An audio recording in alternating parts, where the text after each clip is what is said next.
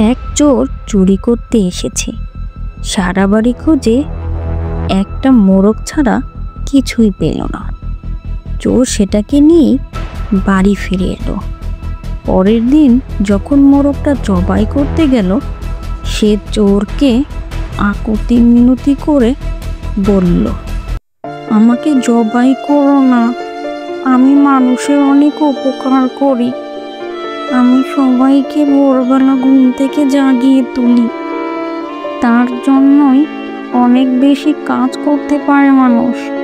সকাল সকাল ওঠার অভ্যাস গড়ে ওঠে, শরীর সুস্থ ও সতেজ থাকে, অনেক বেশি সময় ধরে কাজ করার সুযোগ পায়। তখন চোর মোরগের কথা শুনে মোরগকে বলল, আরে উঠবো, সেই জন্যই তো তোকে খতম করা দরকার।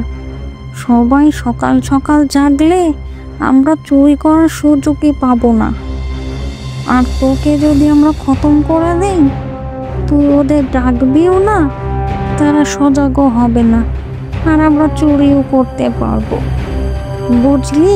তো বন্ধুরা, এই গল্প থেকে আমরা জানতে পারি যে দুষ্টু মানুষকে যতই ভালো উপদেশ দিয়ে লাভ নেই।